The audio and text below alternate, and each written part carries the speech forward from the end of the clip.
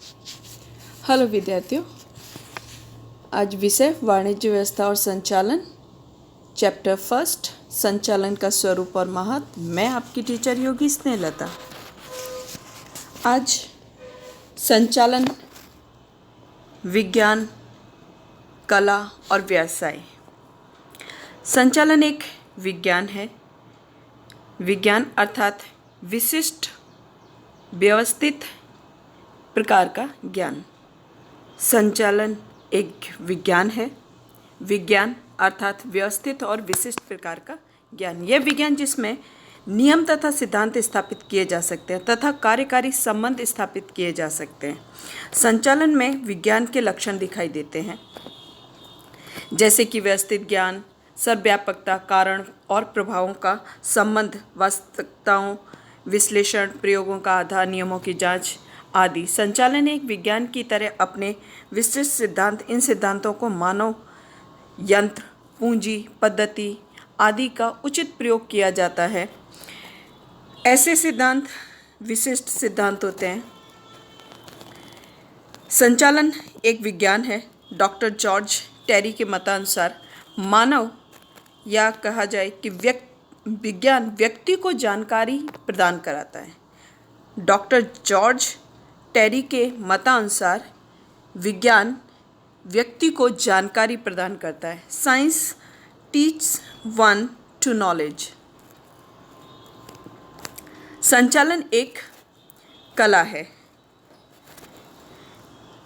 कला अर्थात कार्य करने में व्यक्ति की निपुणता या कौशल, परंतु इस कौशल का उपयोग करने के लिए उस कार्य का सैद्धांतिक ज्ञान भी व्यक्ति के पास होना आवश्यक है।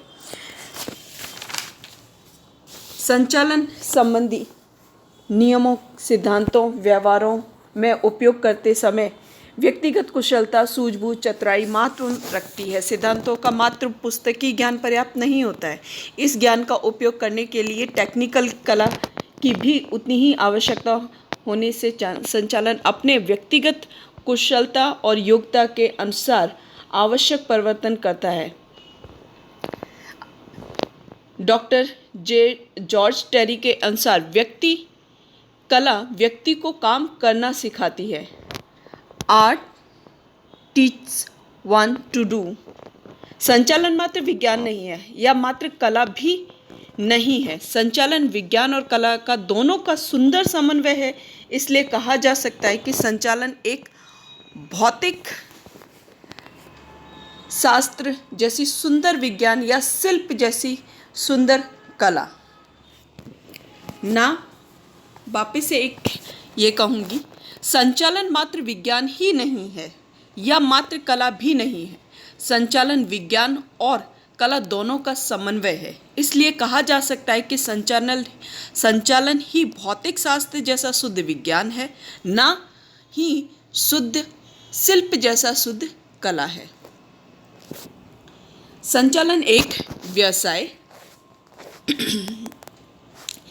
किसी भी क्षेत्र में विशिष्ट ज्ञान प्राप्त करके उस ज्ञान का समस्त समाज को लाभ दिया जाए और बदले में समाज के पास से फीस ली जाए, ऐसे विज्ञान को या ऐसी प्रवृत्ति को हम व्यवसाय कहते हैं। वापस से, किसी भी क्षेत्र में विशिष्ट प्रकार का ज्ञान प्राप्त करके उस ज्ञान का लाभ समस्त समाज को दिया जाए और बदले में समाज के पास से फीस ली जाए, तो ऐसी प्रवृत्ति को हम व्यवसाय कहते हैं। जैसे कि डॉक्टर, वकील, चार्टर्ड अकाउंट, इंजीनियर आदि व्यावसायिक व्यक्ति हैं। विशिष्ट प्रकार का ज्ञान की आवश्यकता। व्यवसाय के प्रकार के अनुसार उनमें विशिष्ट प्रकार का ज्ञान आवश्यक होता है। जैसे कि वकील के पास LLB की उपाधि होनी चाहिए, डॉक्टर के पास MBBS, MD, MS की उपाधि होनी चाहिए। अगर वो संचालन से जुड़ा हुआ है तो उसके पास BBA यानी कि bachelor of business administration, MBA master of business administration की उपाधि या डिग्री, हम जिससे सीधी भाषा में अभी हम उपयोग करते हैं उसमें, तो डिग्री होनी चाहिए जिससे वो इन कार्यों में अपनी व्यावसायिकता दर्शा सके। ज्ञान में संशोधन। ज्ञान में वृद्धि और संशोधन। प्रत्येक व्यावसायिक हर तरह संचालन में भी अनुभव और प्रशिक्षण प्राप्त करने के कारण ज्ञान में वृद्धि और संशोधन होता है।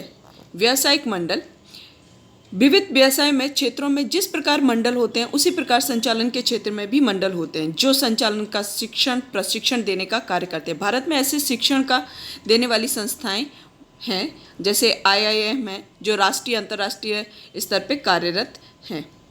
आचार संहिता का पालन प्रत्येक व्यावसायिक मंडल और व्यवसाय के सदस्यों के लिए आचार संहिता का निर्माण करते हैं। प्रत्येक सदस्य को उसका पालन करना आवश्यक है। नैतिक दायित्व व्यवसाय में नैतिक दायित्व महत्वपूर्ण होने से कोई भी व्यावसायिक व्यक्ति अपने व्यवसाय के प्रति निष्ठावान रहकर नैतिक दायित्व निभा यह आवश्यक है। उदाहरण के लिए चार्टर्ड अकाउंटेंट के व्यवसाय में जानकारी प्रस्तुत ना की जाए, वफादारी रहे, क्योंकि चार्टर्ड अकाउंट के पास कंपनी के सभी तरीके की जानकारियां उपलब्ध होती हैं, फाइनेंस से लेके सभी। तो उन जानकारियों को वो किसी को प्रस्तुत ना करे, वो उसकी नैतिक दायित्व में आता है। नेक्स्ट है संचालन के स्तर। संचालन के विविध स्तर में 3 स्तर हैं, उच्च स्तर, मध्य स्तर और निम्न स्तर। जिस तरीके से आप आकृति में देख रहे हैं, उच्च स्तर में संचालक मंडल, मैनेजिंग डायरेक्टर, जनरल मैनेजर। मध्य स्तर में विभागीय अधिकारी, उत्पादन, क्रय विक्रय, कर्मचारी, वित्तीय। और निम्न स्तर में निरीक्षक, जॉब और फोरमैन। यानी कि इस स्तर को हम निम्न स्तर को कार्यकारी स्तर भी कहते हैं। अब एक एक स्तर को हम पढ़ते हैं। तो सबसे पहले उच्च स्तर। उच्च स्तर पे क्या होता है? इकाई के संचालन के संबंधी सर्वोच्च अधिकार वाले स्तर को उच्च स्तर के रूप में जाना जाता है। संचालन के उच्च स्तर के संगठन संचालक मंडल में मैनेजिंग डायरेक्टर, जनरल मैनेजर, मुख्य प्रबंधकीय अधिकारी यानी कि चीफ एग्जीक्यूटिव और चीफ ऑफिसर CEO का समावेश होता है। व्यावसायिक इकाई में महत्वपूर्ण नीति विषयक निर्णय लेने का कार्य उच्च स्तर पर केंद्रित होता है। यह स्तर को शिखर का स्तर या सर्वोच्च स्तर भी कहते हैं। इस स्तर को शिखर का स्तर या उच्च स्तर भी कहा जाता है क्योंकि इस स्तर पे जितने भी निर्णय हैं उन निर्णय को लिया जाता है। अब हम कार्यों के बारे में बात करते हैं। पहला है उद्देश्य निश्चित करना। व्यावसायिक इकाई का मुख्य और गौण उद्देश्य निश्चित करना। डायरेक्टर व्यावसायिक इकाइयों के ट्रस्टी के रूप में कार्य करते हैं।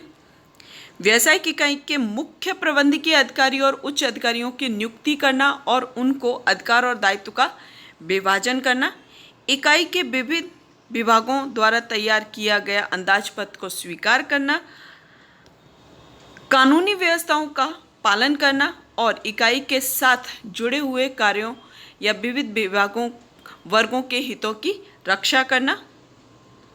दीर्घकालीन आयोजन करने, व्यूहात्मक निर्णय लेना। संचालक संबंधी जटिल समस्याओं का अध्ययन करना, कानूनी व्यवस्थाओं का ध्यान में रखकर उनको समाधान करना। व्यावसायिक इकाई के अलग अलग योजनाओं का निर्माण करना, देखरेख करना। व्यावसायिक 9 नंबर है लाभ का विभाजन करना। डिविडेंड, आरक्षण या अनामत लाभ का पुनः विनियोग से संबंधित कार्य करना। विविध प्रकार प्रवृत्ति से संबंधित रिपोर्ट तैयार करना, अध्ययन करना और सूचना देना। ये हमारे उच्च स्तर हैं। अब मध्य स्तर। मध्य स्तर उच्च स्तर और निम्न स्तर के मध्य की श्रृंखला महत्वपूर्ण कड़ी अर्थात मध्य स्तर। फिर से उच्च स्तर और निम्न स्तर की श्रृंखला की महत्वपूर्ण कड़ी अर्थात मध्य स्तर। इस स्तर से विभागीय अधिकारी, अनुभागीय अधिकारी और विशेषज्ञों का समावेश होता है।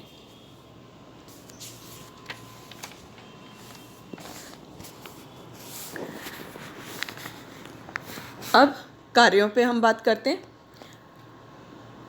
पहला है मुख्य प्रबंधकीय अधिकारियों की ओर से प्राप्त किए गए कार्य आदेशों को सूचना का पालन करना।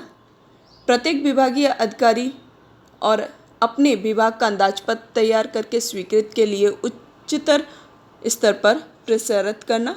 लक्ष्य सिद्धि संबंधी आवश्यक नीति नियमों का ढांचा रचना करना।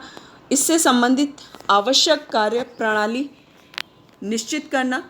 इसका मूल्यांकन करना, उसका जांच करना और योग्य स्तर या मापदंड निश्चित करना। चौथा है विभागों की प्रवृत्तियों की कार्यकुशलता और प्रभाव में वृद्धि हो, इससे संबंधित उपयोग करना।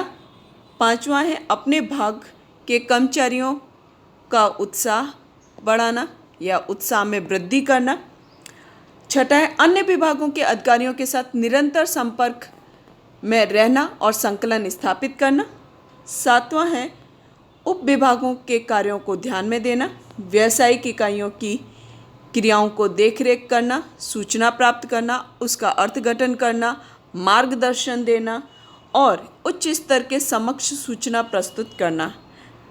नंबर 9 है 10 में आता है उच्च स्तर संचालन की नीति विषयक निर्णय लेने में सहायता करना। इसे हम मध्य स्तर के कार्य के तौर पे कहेंगे। अब निम्न स्तर जिसे हम कार्यकारी स्तर भी कहते हैं। संचालन के इस स्तर में निरीक्षक, जॉबर्स, फोरमैन का समावेश होता है। इस स्तर को निम्न स्तर या निरीक्षकों का स्तर भी कहते हैं। संचालकों के उच्च स्तर द्वारा लिए गए निर्णय या नीतियों के अमलीकरण का कार्य इस स्तर में होता है, जिससे संचालक इस स्तर को कार्यकारी स्तर के रूप में भी जाना जाता है। यह स्तर कार्य कर रहे निरीक्षकों, संचालकों पर प्रतिनिधित्व है। इस स्तर में संचालक का कार्य अल्प और प्रबंधकीय कार्य अधिक होता है।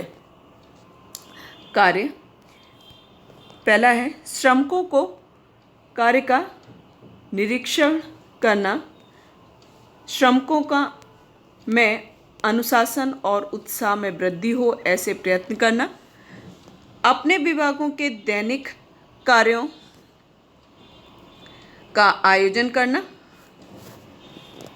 कर्मचारियों से संबंधित कार्य करना, उदाहरण के लिए स्वरूप से स्थानांतरण है, पदोन्नति है, प्रशिक्षण आदि। पांचवा है अपने विभाग के कार्य करने के लिए विभागीय अधिकारियों से सूचनाएं, आदेश, कार्यक्रम प्राप्त करना। छठा है यंत्र की व्यवस्था यानी कि यंत्र विन्यास, यंत्रों की मरम्मत और सुरक्षा करना। सातवां श्रमिकों को कार्य करने के लिए साधन सामग्री, कच्चा माल आदि की पूर्ति कराना। आठवां है कर्मचारियों के योग्य प्रश्नों का उचित समाधान करना। नौवां है उच्च स्तर द्वारा लिए गए निर्णयों और नीतियों का अमल करना। 10वां निम्न स्तर में होने वाली विविध प्रवृत्तियों का वितरण श्रमिकों के सुझाव और शिकायतों के मध्य स्तर को भेजना। निम्न स्तर संचालक सबसे निम्न स्तर है, फिर भी महत्वपूर्ण है। इस स्तर का कार्य सफल हो अर्थात संगठन के लक्ष्यों का सफल प्राप्ति हो, यानी कि इस स्तर पे अगर कार्य सफल होता है तो संगठन के जितने भी लक्ष्य हैं वो पूर्ण हुए या सफलता प्राप्त होती है, जो समग्र संगठन का आधार प्रदान करता है। Thank you.